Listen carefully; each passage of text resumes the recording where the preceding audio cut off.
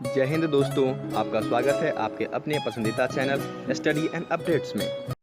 जय हिंद दोस्तों, मैं राजकमल आपसे का स्वागत करता हूं स्टडी एंड अपडेट्स में। और आज के स्पीच में हम लोग सीआरपीएफ ट्रीटमेंट का मॉडल सेट थर्ड करने वाले हैं पार्ट ए के लिए। उसमें आपका जो अगला भाग है वह है हिंदी, और हिंदी में सर्वप्रथम शुरुआत हुई है मुहावरों से। मुहावरे के 2 प्रश्न दिए गए हैं। 26 है कि बकरे की मां कब तक खैर मनाएगी। देखिए, बकरा क्या है? ये एक ऐसा जीव है जिसका मांस खाया जाता है। तो बकरा जो है कुछ समय तक जीवित रहता है, उसके बाद उसकी बलि चढ़ा दी जाती है, अर्थात ये एक तरह का खतरा है उनके लिए। तो बकरे की मां उनको कब तक खतरों से बचाएगी, क्योंकि किसी का बलि चढ़ाना वो एक खतरे के बराबर है। तो यहाँ पर इस मुहावरे का उत्तर क्या हो जाएगा, बताइए जल्दी से, कि खतरों से कब तक बचाया जा सकता है। ठीक है, जो कि आपके ए में दिया गया है। तो 26 का ए उत्तर हो गया। और यह खतरा किसके लिए है? तो बकरे के लिए है। ठीक है, यहाँ पर आपका 26 का ए उत्तर हो गया। आगे बढ़े। 27 दिया गया है, हाथ पर हाथ धरकर बैठना। देखिए, इस मुहावरे का मतलब होता है कि किसी भी कार्य के लिए कोई भी प्रयत्न नहीं करना। जैसे कि बहुत मनुष्य होते हैं जो कि सिर्फ प्लान बनाते रह जाते हैं, वो उसके लिए कुछ कार्य नहीं करते हैं। तो जब तक आप किसी भी चीज के लिए कार्य नहीं करोगे, प्लान बनाते रह जाओगे, तो वह एग्जीक्यूट नहीं होगा। ठीक है, उसका आउटपुट नहीं आएगा। जब आउटपुट नहीं आएगा तो आप निराश होगे। वैसे भी निराश थे, अब भी निराश हो। लेकिन जब कुछ प्रयत्न करोगे, ठीक है, तो उसका आउटपुट कुछ ना कुछ आएगा और आपको खुशी मिलेगी, क्योंकि अभी आप चले हो तैयारी करने। तो इसमें से जितने सीट हैं उतने बच्चों को ही जॉब मिलेगी, लेकिन बाकी ने प्रयत्न किया, कोई फिजिकल निकालेगा, कोई रिटर्न निकाल दिया। ठीक है, तो इससे क्या होती है? खुशी मिलती है। और यदि हम हाथ पे हाथ धरकर बैठे और सिर्फ सोचते रह जाएं कि ये करेंगे, तो क्या कार्य कभी संभव होगा? नहीं होगा ना। तो इसका क्या मतलब हो गया, बताइए जल्दी से। तो इसका मतलब हो गया कि कुछ भी प्रयत्न ना करना। ठीक है, जो कि यहाँ पर आपके 27 के बी में दिया गया है। तो 27 का बी उत्तर हो जाएगा। और एक और मुहावरा, दिन रात एक करना। ठीक है, दिन रात एक करना। इस मुहावरे का अर्थ जो है ना, 2 सेंस में निकलता है। तो दूसरा सेंस जो निगेटिव वाला होता है उसको हम लोग भूल जाते हैं। पॉजिटिव सेंस जो है वो आपको कमेंट बॉक्स में कमेंट करना है, क्योंकि यहाँ पर A B C D 4 option है। इस ऑप्शन में से एक ऑप्शन इसका है। ठीक है, तो आप देखिए कि कौन सा उत्तर यहाँ पर मैच करेगा। ठीक है, 27 तो मैंने बता दिया। ठीक है, एक क्वेश्चन ये आपके लिए कि दिन रात एक करना, इस मुहावरे का अर्थ क्या होगा। ठीक है, ये आपको कमेंट बॉक्स में कमेंट करना है। ओके, चलिए आगे बढ़ते हैं। 28 दिया गया है कि जो गलत वर्तनी वाला है उसको चिन्हित करना। यहाँ पर दिया गया है शमशान, विज्ञान, व्यंग, आचरण। तो विज्ञान जो है वह इस प्रकार से नहीं लिखा जाता। विज्ञान कैसा लिखा जाता है? वह हर्षिकार, यह आकार, नो। ठीक है, ये आपका विज्ञान होता है ना। उसको इंग्लिश में साइंस कहा जाता है। तो उत्तर क्या हो जाएगा? 28 का बी हो जाएगा, जो कि गलत वर्तनी के रूप में लिखा गया है। ठीक है, आगे बढ़े। 29 दिया गया है, विज्ञान, अर्थ, शीघ्र और विभीषिका। देखिए, शीघ्र जो है जल्दबाजी का कार्य जो होता है शीघ्र, तो उसमें हर्षिकार नहीं दीर्घिकार का प्रयोग किया जाता है। ठीक है, शीघ्र इस प्रकार से लिखा जाता है। तो यहाँ पर शीघ्र जो है वह गलत लिखा गया है। तो 29 का उत्तर क्या हो जाएगा? सी हो जाएगा। ठीक है, चलिए आगे बढ़े। 30 आपको दिया गया है कि संधि विच्छेद करना है, और वो भी विद्यालय का। बहुत ही कॉमन है। ठीक है, बहुत ही एग्जाम में ये पूछे भी गए हैं। तो विद्या जोड़ आलय बराबर विद्यालय। ठीक है, विद्या जोड़ आलय। और यहां पर क्या हो रहा है? आ जोड़ आ बराबर दीर्घ आ बन जाता है। ठीक है, तो कौन सी संधि हुई? दीर्घ संधि। ठीक है, तो ढूंढिए यहाँ पर विद्या जोड़ आलय कहां दिया गया है। तो विद्या जोड़ आलय आपके बी में दिया गया है। तो 30 का उत्तर बी हो जाएगा। ठीक है, और इस सेट का मॉक टेस्ट तैयार हो चुका है। तो जिनको देना है उनके लिए लिंक डिस्क्रिप्शन बॉक्स में दिया गया है, जो कि बिल्कुल मुफ्त है। चलिए आगे बढ़ते हैं। 31 दिया गया है, अन्वेषण। अन्वेषण में देखिए अनु जोड़ एशन, अनु जोड़ एशन। यहां पर क्या होता है? उ जोड़ ए बराबर ए हो जाता है। ठीक है, तो अन्वेषण हो गया। तो ये कौन सी संधि है? ये यन संधि के अंतर्गत आता है। यन संधि के अंतर्गत आता है, और मूलतः यहां पर उ जोड़ ए होता है, जो कि ए हो जाता है। और अन्वे यहां पर जो है ना, वो प्लस ए के साथ संधि हो रही है। तो यहां पर देखिए, ठीक है, इस प्रकार से ये बन रहा है। तो बताइए उत्तर क्या हो जाएगा यहाँ पर? उत्तर आपका 31 का सी हो जाएगा, अणु जोड़ एसन बराबर अन्वेषण, ठीक है, जो कि यन संधि है। ठीक है, आगे बढ़े। अब देखिए 32 दिया गया है कि जो त्रुटि वाला भाग्य है ना उसको चिन्हित करना है। अंग्रेजी में ही पढ़ते हो, हिंदी में ही पढ़िए। तो यहाँ पर देखिए दिया गया है, राम के धनुष भंग करते ही दूसरे राजाओं के वक्ष पर सांप लेटने लगे। देखिए गलती यहाँ पर सी पार्ट में है, मुहावरा यहाँ पर प्रयोग किया गया है और वो मुहावरा होता है छाती पर सांप लेटना, ठीक है, और यहाँ पर वही मुहावरा गलत रूप से लिखा गया है। तो उत्तर क्या हो जाएगा इसका बताइए? 32 का उत्तर सी हो जाएगा, वक्ष पर सांप लौटने लगे, ये यहाँ पर गलत है, ठीक है, यहाँ पर होता छाती पर सांप लेटने लगे। तो उत्तर क्या हो गया? 32 का सी हो गया, ठीक है, आगे बढ़े। 33 आपको दिया गया है कि मनुष्य को कभी भी अपने धन जन पर गौरव नहीं करना चाहिए क्योंकि ये अचिर अस्थायी है। देखिए मनुष्यों को गौरव, देखिए गौरव किस से होता है? जब आप अच्छे कार्य करते हो, शिक्षा ग्रहण करके उच्च पद पकड़ लेते हो तो वो गौरवान्वित होता है। यहाँ पर गौरव नहीं होगा, यहाँ पर होना चाहिए था घमंड नहीं करना चाहिए। मनुष्य को कभी भी अपने धन जन पर घमंड नहीं करना चाहिए क्योंकि ये अचिरस्थायी है, आज है कल नहीं। ओके, तो इस टाइप से तो यहाँ पर घमंड होना चाहिए था, जो कि बी पार्ट गलत हो गया ना आपका। तो उत्तर क्या हो जाएगा? 33 का बी हो जाएगा, गौरव नहीं करना चाहिए, ये यहाँ पर गलत दिया गया है, ठीक है। चलिए आगे बढ़ते हैं। 34 दिया गया है, मानव मन भी विचित्र है, वह डैश कार्यों की ओर अधिक लपकता है। देखिए मनुष्य जो है लालची होता है और जो कार्य जल्दी से हो जाए उस कार्य की ओर ज्यादा लपकता है, ठीक है, और देखता है कि तुरंत बेनिफिट मिले। तो मनुष्य का मन जो है ना वह बड़ी विचित्र है, वह हमेशा वर्ज्य कार्यों की ओर अधिक लपकता है। तो वर्ज्य यहाँ पर आपको बी में दिया गया है, तो 34 का बी उत्तर हो जाएगा, ठीक है। चलिए आगे बढ़ते हैं। 35 दिया गया है, सहज और डैश जीने वाला व्यक्ति ही सुखी रह सकता है। तो सहज और नैसर्गिक, देखिए नैसर्गिक ना एक प्रवृत्ति होती है मनुष्य की, नेचुरल तरीकों से जीना, ठीक है, शुभ आचरण करना। तो वैसे मनुष्य जो होते हैं वह बहुत ही सुखी जीवन यापन करते हैं। तो सहज और नैसर्गिक जीने वाला व्यक्ति ही सुखी रह सकता है। तो 35 का सी उत्तर हो गया, ठीक है। आगे बढ़े, चलिए आगे बढ़ते हैं। यहाँ पर विमेल शब्दों को चुनना है और यहाँ पर आपको दिया गया है आकर्षक। तो आकर्षक चीजें कैसी होती है? तो वैसी चीजें जो अपनी ओर सभी को आकर्षित करे, खींचे, खिंचाव हो उसकी ओर, ठीक है, रुझान नहीं, रुझान हो गया विकर्षण, खिंचाव हो गया तो वो हो गया आकर्षण, ठीक है। तो हमें कह रहा है विलोम ना, तो आकर्षण का विलोम क्या हो जाएगा? विकर्षण, जिसको देखकर सभी लोग भागे वो विकर्षण कहलाता है, ठीक है। तो ये आपका डी उत्तर हो जाएगा 36 का, ठीक है। आगे बढ़े, चलिए 37 दिया गया है अधर्म। अधर्म, धर्म का उल्टा क्या होता है? अधर्म, ठीक है। तो यहाँ पर उत्तर क्या हो जाएगा? 37 का सी हो जाएगा। चलिए आगे बढ़ते हैं। 38 दिया गया है, जो पूछने योग्य हो, वैसी बातें जो पूछने योग्य हो वह कहलाता है प्रष्टव्य, जो कि यहाँ पर आपको ए में दिया गया है प्रष्टव्य, ठीक है, प्रष्टव्य, ठीक है। इस प्रकार से ये देखने को मिलता है। तो उत्तर क्या हो जाएगा? 38 का ए हो जाएगा, प्रष्टव्य।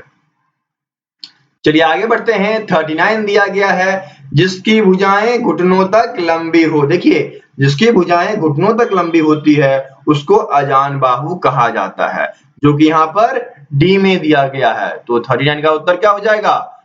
डी हो जाएगा। चलिए हिंदी का आखिरी प्रश्न, ठीक है, और जो मैंने पूछा है वो कमेंट बॉक्स में कमेंट कीजिए जल्दी से।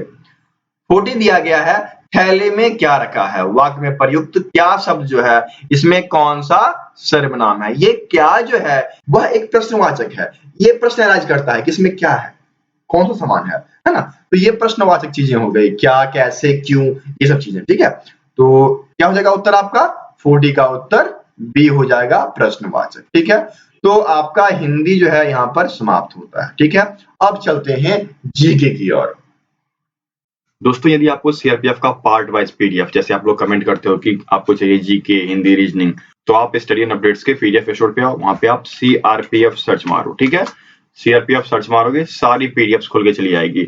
देखिए यहाँ पर सब कुछ पार्ट वाइज डाल दिया गया है, मैथ, रीजनिंग, इंग्लिश, ठीक है।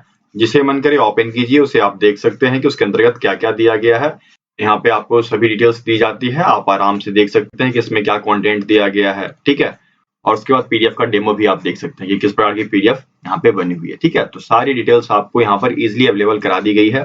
पीडीएफ स्टोर का लिंक जो है वो डिस्क्रिप्शन बॉक्स में दिया गया है, तो आप वहां से इसे प्राप्त कर लें। आपको जो भी डाउनलोड करना है आप यहाँ से डाउनलोड कर सकते हैं, ठीक है। जो चार्जेस है वो चार्जेस आप पे करेंगे, और याद रखें ईमेल आईडी जो यूज करें वह सही दें, ताकि जब पीडीएफ आप बाय करोगे तो उसका लिंक जो है आपके जीमेल पे चला जाता है और फिर आप वहां से पीडीएफ डाउनलोड कर पाते हो। तो ईमेल आईडी करेक्टली डालें, ठीक है। और जैसे कि प्रैक्टिस सेट हो गए वो भी आपके डले पड़े हैं, ठीक है। हर एक चीज हिंदी इंग्लिश लैंग्वेज में डले पड़े हैं। यदि आपको मैट्रिक्स चाहिए तो मैट्रिक्स रहा, ठीक है। ये आपका रीजनिंग रहा हिंदी में, तो सभी चीजें यहाँ पर डाल दी गई है। जो आपको चाहिए आप आओ आराम से पीडीएफ डाउनलोड करो, ठीक है। चलिए जीके के प्रश्न को शुरू करते हैं। यहाँ पर दिया गया है इंस्टीट्यूट ऑफ लाइफ साइंस किस शहर में है। देखिए इंस्टीट्यूट ऑफ लाइफ साइंस जो है यह आपके भुवनेश्वर में है, और यह एटोनोमस इंस्टीट्यूट है। किस चीज के लिए? बायोटेक्नोलॉजी के लिए, बायोटेक्नोलॉजी, ठीक है, बायोटेक्नोलॉजी के लिए। और यह इंडियन गवर्नमेंट का है, ठीक है, ministry of science and technology के द्वारा यह देखरेख में रखा गया है, ठीक है। तो उत्तर क्या हो जाएगा? 41 का बी हो जाएगा, भुवनेश्वर, ठीक है। चलिए आगे बढ़ते हैं। 42 दिया गया है कि दक्षिणी गोलार्ध में वर्ष का सबसे लंबा दिन कौन सा होता है? Which is longest day of the year in southern hemisphere. देखिए इस प्रश्न का जवाब मैं आपको बताता हूं। होता क्या है, जब ग्रीष्मकालीन संक्रांति आती है तो उसमें ना पृथ्वी के जो ध्रुव होते हैं वह सूर्य के निकट आते हैं, और जब अधिकतम झुकाव हो जाता है ना तो वो दिन सबसे लंबा माना जाता है। और यहाँ पर जो ऑप्शंस दिए गए हैं इसमें है दिसंबर 22, लेकिन मैं आपको बता दूं प्रत्येक 3 साल पे ये चेंज होता है, ठीक है। 21 और 22, पहले 21 फिर 22। 2019 में ये 22 था, ठीक है। 2023 में ये 22 दिसंबर होगा, लेकिन आम, ठीक है, नॉर्मल जो होता है ये 4-4 साल पे चेंज होता रहता है। तो नॉर्मली क्या होता है, यह 21 दिसंबर माना जाता है, लेकिन यदि प्रश्न में 21 या 22 कुछ भी दे दे आपको टिक करना है दिसंबर वाला, ठीक है। तो ये मैं आपको बता दूं कि ये जो लॉन्गेस्ट डे होता है ना साउदर्न हेमिस्फीयर का, ये साल में 2 बार होता है। एक तो आपका 21 जून को, ठीक है, और एक आपका 21 या 22 दिसंबर को। इनमें से दिसंबर वाला जो होता है वह सबसे बड़ा माना जाता है, ठीक है। और ये होता इसी वजह से है कि पृथ्वी की जो ध्रुव है वह सूर्य की ओर अधिकतम झुकाव में चले जाते हैं। इसी वजह से क्या होता है कि वो दिन लंबा हो जाता है, ठीक है। तो उत्तर क्या हो गया? 42 का उत्तर बी हो जाएगा, दिसंबर 22, ठीक है। यदि यहाँ पर दिसंबर 21 भी रहे तो भी आप टिक करना, क्योंकि दिसंबर 1 में जैसे कि ऑस्ट्रेलिया हो गया, न्यूजीलैंड हो गया और साउथ अफ्रीका हो गया, तो ये सब तो दिसंबर 21 में आते ही आते हैं, ठीक है। इंडिया का एक दिन बाद हो जाता है दिसंबर 22, लेकिन ये भी 4 साल पे होता है, ठीक है। बाकी देख लीजिए अभी 2021 में भी जो है यह दिसंबर 21 ही रहेगा, ठीक है। 22 जो है देखिए यहाँ पर आपको 2019 में हुआ था, अब 2023 में होगा, ठीक है। चलिए आगे बढ़ते हैं। 43rd दिया गया है कि बरौनी का संबंध किस उद्योग से है। तो बरौनी जो है वह तेल शोधक कारखाना के साथ साथ थर्मल पावर प्लांट, यहाँ पर क्या है कि रेलवे का भी बहुत ही वृहत पैमाना पे फैला हुआ है और एनएच वगैरह के लिए फेमस है, लेकिन मूलतः जो आपको याद रखना है वह है पेट्रोलियम रिफाइनरी, ठीक है, तेल शोधक कारखाना। यहाँ पर उस तेल शोधक कारखाना के पास में सीएसएफ का एक कैंप भी है, ठीक है, वहां पे मैं होके आ चुका हूं। तो उत्तर क्या हो जाएगा? 43rd का सी हो जाएगा, तेल शोधक कारखाना, ऑयल रिफाइनरी। और ये जो ऑयल रिफाइनरी है ना, ये वर्ष 1964 में एस्टेब्लिश किया गया था और यह अभी तक कार्यरत है, चलता आ रहा है, ठीक है। चलिए तो यहाँ पर उत्तर क्या हो जाएगा? 43rd का उत्तर सी हो जाएगा, तेल शोधक कारखाना, ऑयल रिफाइनरी, ठीक है। चलिए आगे बढ़ते हैं। 44 दिया गया है कि संयुक्त राष्ट्र औद्योगिक विकास संगठन का मुख्यालय कहाँ है। तो देखिए संयुक्त राष्ट्र औद्योगिक संगठन, जो कि इंग्लिश में कहा जाता है union national industrial development organisation, ये जो ऑर्गेनाइजेशन है ना यह मूलतः फाइनेंशियल एवं इकोनॉमिकल असिस्ट करने के लिए बनाया गया था, ठीक है। और यह 17 नवंबर 1966 को, ठीक है, ये लीजिए 17 नवंबर 1966 को एस्टेब्लिश किया गया था, ताकि जितने भी इंडस्ट्री है ना, इंडस्ट्रियल चीजें हैं, औद्योगिक चीजें हैं, उनको ये फाइनेंशियली, ठीक है, असिस्ट करे, बताए, तौर तरीका बताए, ठीक है, सुझाव दे अपना, सही क्या है गलत क्या है, इन सब के लिए बनाया गया था। और ये जो है करेंटली वियना, जो कि ऑस्ट्रिया में पड़ता है, वहां पर एस्टेब्लिश है, उसका हेडक्वार्टर वियना में पड़ता है, ठीक है। तो उत्तर क्या हो जाएगा 44 का सी हो जाएगा वियना, जो कि ऑस्ट्रिया में है। ठीक है, आगे बढ़े। 45 विश्व युद्ध का प्रश्न, बहुत ही अच्छा प्रश्न है। और इसमें देखिए मैं आपको बता दूं कि विश्व युद्ध में दो पावर थे, एक्सिस और एलाइड। एक्सिस कौन कौन था?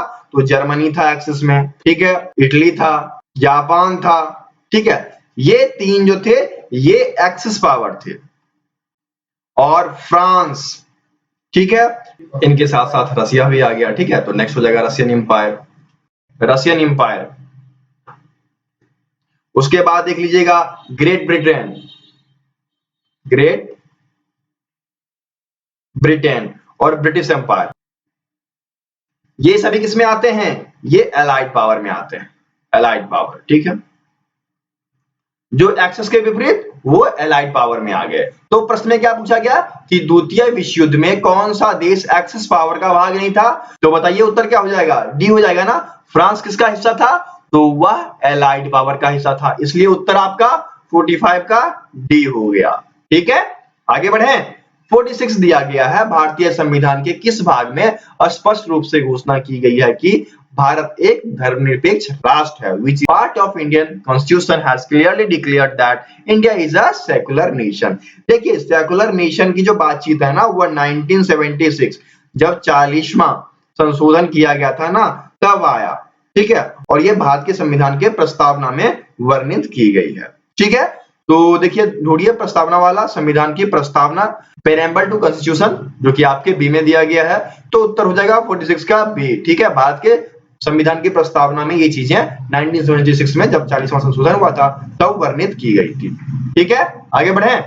47 दिया गया है, निम्नलिखित में से कौन सा कर्तव्य भारतीय नागरिकों के कर्तव्य में नहीं आता है? Which of the following duties is not in the duty of Indian citizen? देखिए 26 जनवरी 1950 को जब संविधान लागू किया गया तो आर्टिकल 51 में बहुत कुछ बताया गया था। ठीक है, आर्टिकल 51A में इसमें बताया गया था कि राष्ट्रीय ध्वज का सम्मान करना है, देश के कानून का सम्मान करना है। देखिए ढूंढते रहिए क्या ये सब है, और देश की सुरक्षा के लिए या फिर आवश्यक होने पर देश सेवा के लिए प्रस्तुत होना है। तो ये वाला मैच हो रहा है।